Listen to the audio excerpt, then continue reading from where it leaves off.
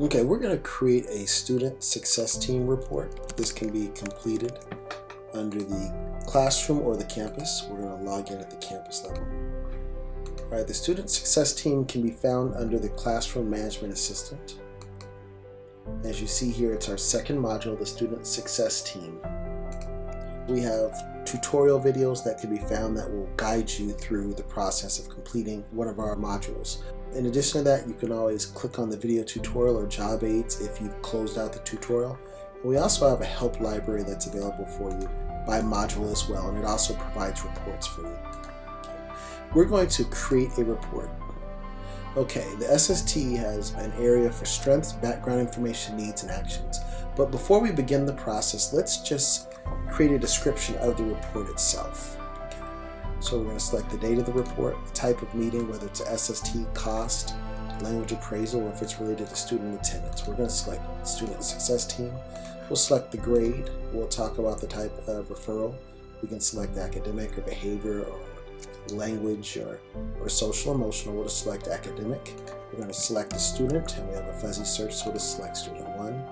And the type of meeting. So we've selected SST, but now we're talking about where are we in the process or the progress monitoring itself. So it's an initial SST or a follow-up SST. We'll select initial. Now let's get into the first area, which is strengths. As you see that there's one box for parents, there's one box for teachers. However, you have a plus sign, which allows you to create additional boxes so that you can input more information related to your student. So let's input some information before we move on. Okay, you can do the same thing for teachers as well. Okay, now when you're finished with the strengths area, you can click next, or you can click the background information box at the top. Okay. Now we have 3 areas under background information. We have our family, our school, and our health. Okay, the same process, you can click on the plus sign to add additional information related to the family. Okay, so we'll start here. Okay, and again, you can add as many boxes as you need, or you can reduce or take away boxes. Okay, so we're going to add 1 or 2 here. All right, and we're going to add some additional information related to health as well. Okay, and again, we'll click next. And now we're moving on to our needs. Now what's unique about this is that if you can't find the need already listed, you can always type in the information. But let's go back up here to the top, and we have a drop down section, and I was able to find what I'm looking for, and we can select a subcategory. You can always hit the plus sign to select another area as well.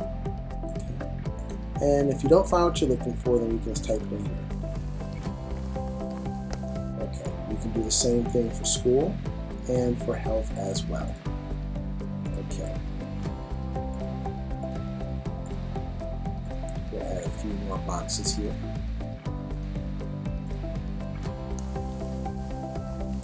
And we'll go down to health.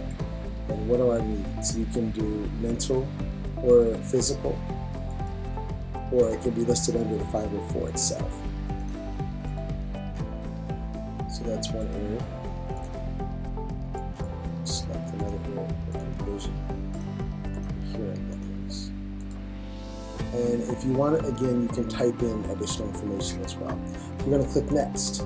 Okay, we're on the last step. And so the last step are the actions. And so you're able to select needs that came from the needs module or the needs area of the SST. And after you select that need, you have a list of solutions or actions. And you list the responsible person. You can select the date in which this should occur, and you can continue. Okay. Now, the unique thing about this is that if you want, you can actually select the same one twice and select a different action. So there may be more than one action for a specific need. And then again, you would select the person that's responsible and the date that this would happen. Now, as you recall, we typed in one, so we're going to move down to the one we typed. And so now that turned into a text box so that you can actually add an answer there. Okay, so you have that ability as well.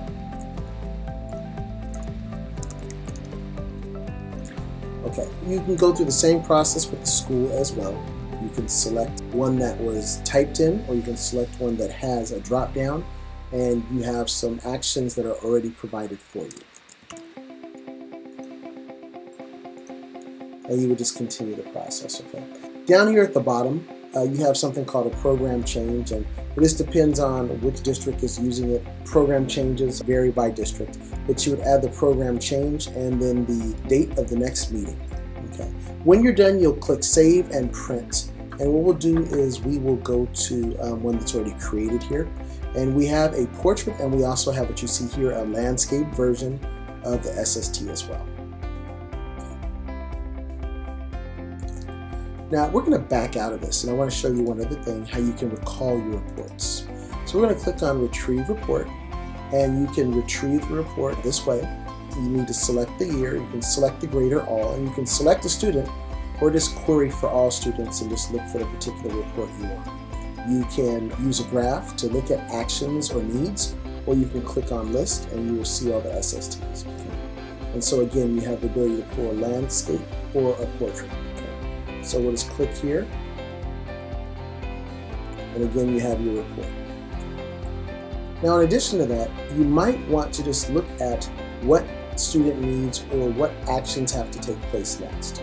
So we'll just click on what we call the class summary, and you will select the year, and you'll select the type of meeting. We'll just select SST, and we'll click Print Report. Okay, and so for this particular report, this is the Student Success Team Summary, Class Summary Report.